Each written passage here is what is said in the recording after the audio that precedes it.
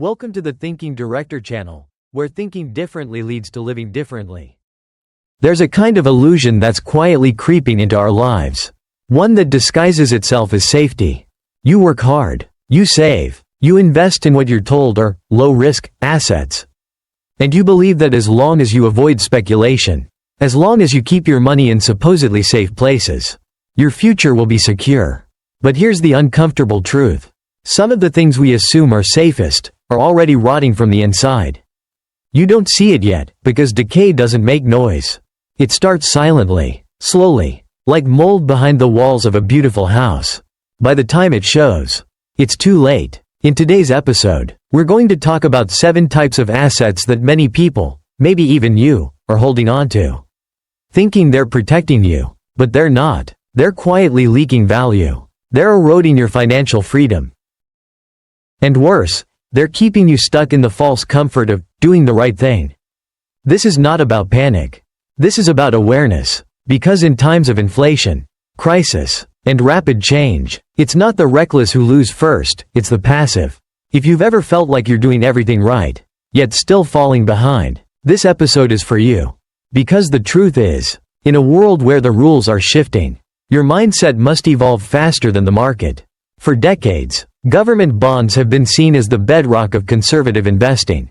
They were the grandfather's wisdom of finance. Stable, predictable, trustworthy. The message was simple. Lend your money to the government, and in return, you'll get guaranteed interest. But that narrative is crumbling. Because today, when you look deeper, you'll realize government bonds are no longer protecting your wealth, they're draining it.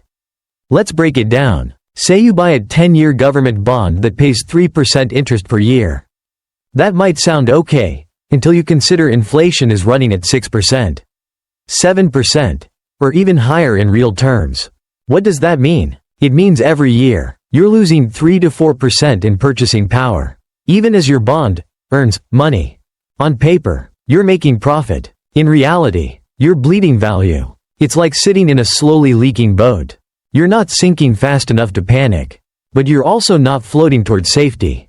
Now, here's where it gets more dangerous. The governments you're lending to are in record debt. Not just millions.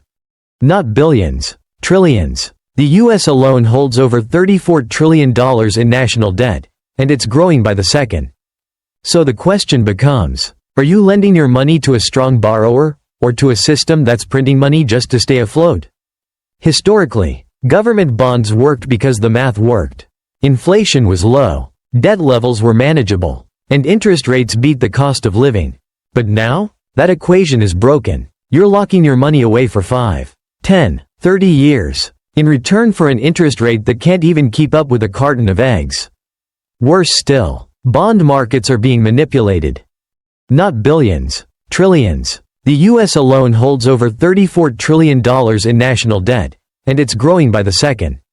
So the question becomes, are you lending your money to a strong borrower, or to a system that's printing money just to stay afloat? Historically, government bonds worked because the math worked.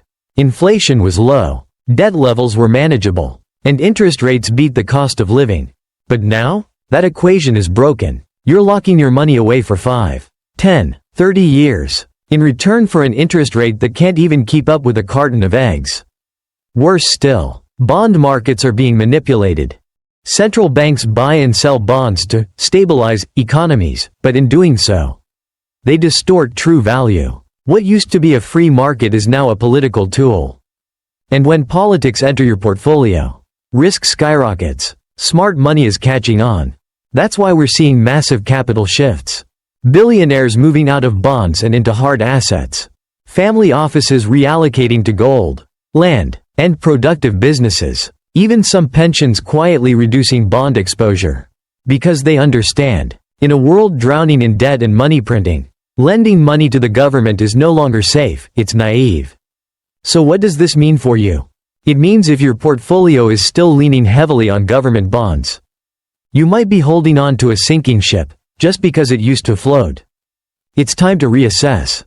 Central banks buy and sell bonds to stabilize economies, but in doing so, they distort true value. What used to be a free market is now a political tool. And when politics enter your portfolio, risk skyrockets. Smart money is catching on. That's why we're seeing massive capital shifts. Billionaires moving out of bonds and into hard assets.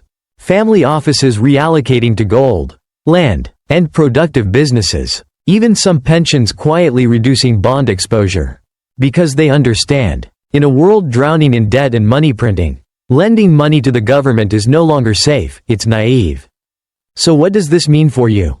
It means if your portfolio is still leaning heavily on government bonds, you might be holding on to a sinking ship, just because it used to float. It's time to reassess. Not with fear, but with clarity. Because in today's economy, the question isn't, what's safe? It's, what actually holds value when the illusion of safety fades away? Let's get real for a moment. In America, owning a home is more than just shelter, it's part of the dream. The white picket fence, the pride of ownership, the belief that buying a house means you've made it. But here's a question that few dare to ask. Is the house you live in really an asset, or is it secretly a liability in disguise? Think about it. If your house doesn't generate income, if it constantly takes money out of your pocket, mortgage, taxes, maintenance, insurance, upgrades, then by definition, it's not putting money in your life, it's taking it. Now don't get me wrong. I'm not saying owning a home is bad. It gives you stability, emotional security, maybe even pride. But let's separate emotion from economics. From a purely financial perspective, your primary residence is often a cash-consuming machine. It ties up capital. It creates fixed costs. It anchors you geographically, sometimes preventing better financial opportunities elsewhere. Worse yet, many people pour all their savings into buying the biggest house they can afford, leaving themselves cash poor, investment poor, and overly dependent on one single asset. And here's the irony. People think they're building wealth by owning their home. But often, it's the bank that's building wealth off of them. You work 30 years to pay off the mortgage. You pay interest that could have doubled your investments elsewhere. And in the meantime, your money is locked inside four walls. Not growing, not moving, not compounding. Yes, real estate appreciates over time. But so do other assets, and many of them with far more flexibility and liquidity. And let's talk about what happens in a crisis. Housing markets do crash. 2008 proved that brutally. And if your home's value drops, you can't sell a room to cover your bills. You can't liquidate a bathroom to fund your emergency. So what's the takeaway? Stop blindly calling your home an asset. It might be a lifestyle choice, even a smart one for your family. But if you want to build wealth, real wealth, you need assets that work for you, not just ones you work for. Want to make your home an actual asset? Rent out a portion of it. Turn it into an Airbnb. Use it as collateral to fund an income-generating investment. Or, keep your home modest, and use excess cash to build real assets elsewhere. Because here's the truth. Living in a beautiful house isn't wealth. Living with freedom, that's wealth. And sometimes, true freedom means rethinking what you've always been told is safe. When we were kids, many of us were taught this golden rule. Save your money, put it in the bank. It'll be safe there. And for a while, that seemed to make perfect sense. Savings accounts were seen as smart, responsible, and conservative. They represented discipline. They gave us peace of mind. And for generations, they symbolized financial safety. But today, that safety is an illusion. Let's talk numbers. In 1985, putting money in a savings account might earn you 8 to 9% interest. Today, the average savings account yields less than 1%. Even the high-yield ones struggle to keep up with real inflation. And while your money sits there quietly, inflation is eating away at it every single day. If inflation is at 5%, and your savings earn 1%, you're not standing still, you're losing 4% of your purchasing power. Quietly, invisibly, no alarms, no warnings. It's the slowest theft in history. And the banks don't even have to ask permission. Meanwhile, banks take your money and lend it out at 6%, 8%, 12%. They multiply it. They grow from it. They profit, while giving you crumbs in return. It's like you're renting out your cash to them. And they're keeping most of the rent. And here's the dangerous part. Most people feel safe because the number in their account stays the same. $10 today, $10 next year. But what can that $10 buy next year? less gas, less groceries, less peace of mind. This is the trap of nominal thinking, confusing the appearance of stability with the reality of value. Now, to be clear, savings accounts still have their place. They're great for emergencies. They give you liquidity. They offer psychological security. But they are not a long-term strategy. They are not where your future wealth is going to grow. Think of your savings account like a fire extinguisher. It's good to have nearby, but you don't build your house out of it. So what should you do instead? Keep enough cash for emergencies, 3 to 6 months of expenses. But beyond that, start channeling your money into assets that fight inflation. Real estate, productive businesses, precious metals, dividend stocks, or even inflation-protected bonds. Because here's the truth. If your money isn't working for you, someone else's money is working against you. Savings accounts feel safe, because they're familiar. But comfort isn't always the same as security. In today's economy, staying still means slowly falling behind. And falling behind, over time, becomes something much worse. Being trapped, with no idea why. So let's redefine safety. Not as where your money sleeps, but where your money grows, in value, in strength, and in freedom. Let's talk about something that sounds responsible, but may quietly be costing you far more than you think. Whole life insurance. Now, to be clear, this isn't about insurance itself. We all understand the importance of protecting our families. Term life insurance can offer critical peace of mind, and at a reasonable cost. But whole life insurance? That's a different story. It's marketed as the best of both worlds. You get lifelong coverage and a cash value that grows over time. You're told it's not just insurance, it's an investment. But here's the truth that many financial advisors won't say out loud. Whole life insurance is one of the most overhyped, misunderstood, and overpriced products in personal finance. Let's break it down. You pay premiums, often thousands of dollars per year. A portion of that goes toward your coverage, while the rest goes into a cash value account. Sounds great, right? Except, it takes years, even decades, for that cash value to reach a meaningful level. The returns are often below average, 2% to 4% annually. If that, you can't access that full value easily. And if you borrow against it, you'll pay interest on your own money. Meanwhile, the insurance company wins big. They get consistent premiums. They invest your money elsewhere, earning more than they credit back to you. And when you pass away, your family often only gets the death benefit, not the accumulated cash value. Let that sink in. You spend 30 years building up a balance. But if you die, the company keeps that cash. And your beneficiaries get just the insurance payout. It's like planting a tree, watering it for decades, only for someone else to harvest the fruit. So why do people buy these policies? Because they're sold on emotion, not on logic. Protect your family. Leave a legacy. Build wealth the safe way. And to be fair, it's not all bad. Some high net worth individuals use whole life strategically, to reduce estate taxes or as part of complex financial planning. But for the average person? There are better, simpler, and more transparent ways to build wealth. You can buy term life insurance at a fraction of the cost. Take the difference in premiums and invest it in index funds or real estate. Grow your money with higher returns, lower fees, and more control, and still protect your family without overpaying for the illusion of value. Because let's be honest, if it takes 20 years to realize the value of a product, and you still don't fully own it, is it really an asset, or just a long-term liability? Financial peace of mind isn't about locking your money into complicated contracts. It's about clarity, control, and real return. So before you sign that whole life policy, pause. Ask yourself, do I understand exactly what I'm paying for? What am I really getting in return? Could I achieve the same goals, with more freedom? Because sometimes, the most dangerous commitments aren't the ones that hurt fast. They're the ones that drain you slowly, wrapped in the promise of security. For decades, we've been told one thing. If you want safety in the stock market, stick with blue chip companies. These are the giants, the household names.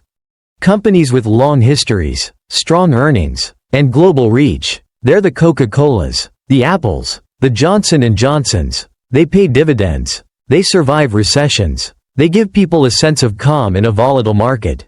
But here's a truth many are starting to whisper. Even giants can fall. Blue chip stocks are not immune to disruption. In fact, some of them are the most vulnerable.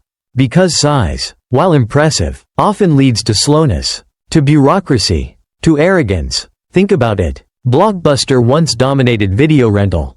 Nokia ruled mobile phones. Kodak owned the photography world. They were blue chip in their time. Then technology shifted, and they vanished. Today, we assume companies like Amazon, Google, and Apple are untouchable. But no company, no matter how big, is above disruption. Artificial intelligence is reshaping industries overnight. Geopolitical tensions are upending global supply chains. Environmental shifts are changing how businesses operate and which ones survive. And public trust? One scandal, one data breach, one misstep, and stock prices plunge. The illusion is that blue chips are set and forget investments. But in today's economy, nothing is forgettable. Everything moves. Everything changes. Even Warren Buffett, the king of blue chip investing, has started reducing positions in legacy companies. Why? Because holding on to the past too tightly can blind you to the future. Now let's be clear, not all blue chips are crumbling.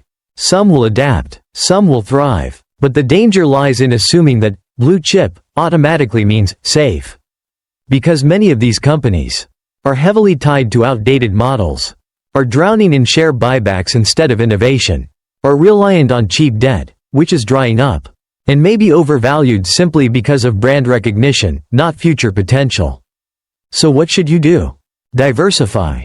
Don't idolize a company just because it's big. Look at fundamentals, real cash flow, adaptability, leadership, and be ready to let go, even of names you've trusted for years. Because here's the truth, loyalty in investing is expensive. And blind loyalty is deadly. Your portfolio shouldn't be built on nostalgia. It should be built on what's working and what will work tomorrow. The market doesn't care about the past. It rewards vision, agility, and value. So yes, blue chips can still play a role. But they don't deserve your blind faith. In a world changing this fast, even the strongest giants need to prove they can still stand. And your job is not to hope they will, but to watch, think, and act before the cracks become collapse.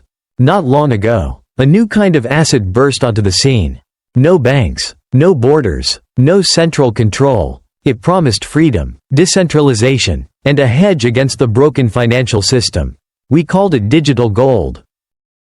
And at its heart, that meant Bitcoin. People who once distrusted Wall Street began investing in code. Young investors found hope. Old investors felt FOMO. Suddenly, anyone with Wi-Fi could own the future. And to be fair, the vision was powerful. A finite supply, decentralized control, resistance to inflation, transparency through blockchain. But then, things change. What started as a revolution slowly became a casino. Prices swung wildly, not based on value, but on hype. Suddenly, there were thousands of coins, tokens, and promises. NFTs, meme coins, guaranteed 100x returns. Crypto influencers selling dreams. Scammers selling smoke. People stopped asking, what is the value here? And instead asked, how fast can I flip this? This is where digital gold lost its shine. Because when assets become pure speculation, they stop protecting you and start playing you. Now don't get me wrong. Blockchain technology is real. Bitcoin still holds potential as a long-term hedge. But let's separate the vision from the Vegas. Owning Bitcoin with a clear thesis is one thing. Throwing your life savings into altcoins based on a YouTube thumbnail is another. And here's the deeper issue. Digital assets are vulnerable in ways we often forget. If you lose your password, you lose your money. If governments decide to regulate aggressively, values can plummet. If energy grids fail, so does access. And if fear takes over the market, there's no floor. Crypto is still in its early chapters. And with early chapters come volatility, manipulation, and uncertainty. So what should you do? Educate yourself. Don't just follow hype. Invest only what you can afford to lose. Don't confuse innovation with guaranteed value. And always ask, is this asset solving a real problem, or just inflating a digital bubble? Because here's the truth. When everyone rushes into an asset hoping to get rich quick, that asset stops being protection and starts becoming a risk. Digital gold has potential, but it's not a substitute for wisdom. And no matter how futuristic the asset, the fundamentals still apply. Scarcity means nothing without trust. Innovation means little without utility. And freedom means nothing if it's built on false hope. So if you're investing in digital assets, do it with clarity, not with dreams. Because in the end, financial freedom is built on value, not on vibes.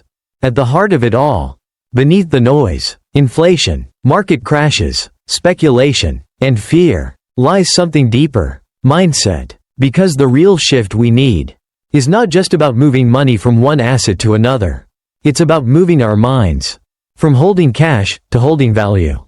For decades, we've been trained to believe: save money, build a nest egg, stack your cash. But what is cash, really? A promise, a piece of paper, a number in a digital account. That loses value the moment the government prints more. Cash doesn't hold value, it leaks it. And in a world of rising inflation, holding cash is like trying to store water in a bucket full of holes. So what's the alternative? Stop thinking in currency, start thinking in value. Value can take many forms. A piece of land that grows food. A skill that earns income in any economy. A business that solves real problems. A network of people who support each other. A resource others need, and always will. These things outlive currencies. They outlast recessions. They stay useful, even when the system doesn't. And here's something even deeper. Your greatest asset is not money, it's perception. The way you see the world. The way you question what others blindly trust. The ability to ask, what actually holds value, when the rules change? Because they will. They already are. Financial systems evolve. Governments shift policies. Markets reprice everything. But clarity? Discipline? Adaptability? That's timeless. So ask yourself, do you own things that work for you? Or that you work for? Are your assets helping you live freer? Or tying you down? Are you building a life that's rich in meaning, or just rich in digits? Because in the end, money is just a tool. It's not the goal. The goal is freedom. The freedom to choose, to walk away, to create, to protect, to give. And that kind of freedom doesn't come from holding more cash. It comes from holding more truth. If you've listened this far, you probably feel it too. The world is shifting, not with drama, not with noise, but slowly, deeply, every single day. The things we once believed were safe, cash, bonds, savings accounts, are quietly losing value. And the things we used to dismiss, land, gold, food, self-reliance, are becoming the foundation of real resilience. But of all the changes happening around us, the most dangerous one isn't losing money. It's losing direction, because you can recover lost wealth. But once you lose the right mindset, once you cling to old beliefs in a world that has already moved on, you stay stuck. You become the person still following the old map, while the terrain has completely changed. Crises, whether economic, political, or global, are not the end of the road. They are stress tests for your thinking. And only those who prepare early, who see beyond the crowd, who act before being forced to, will stand strong and rise when others fall. You don't need to be a financial genius. You don't need to watch the markets every day. You just need to remember this. In a world that inflates everything, the only safety is in holding true value. And where do you find true value? In land you understand, in skills you control, in assets you can touch, in businesses you trust, in essentials that people will always need. Everything else is noise. You may not be rich yet, but if you begin shifting your direction today, if you start thinking like someone who has lived through collapse, and builds for what's real, not what's promised, then you're already ahead of millions. Still stuck in the illusion. Because the future doesn't belong to the skeptic. It belongs to the movers, the people who take action before they're told to. And if you're still unsure, ask yourself, 10 years from now, will I regret not starting today?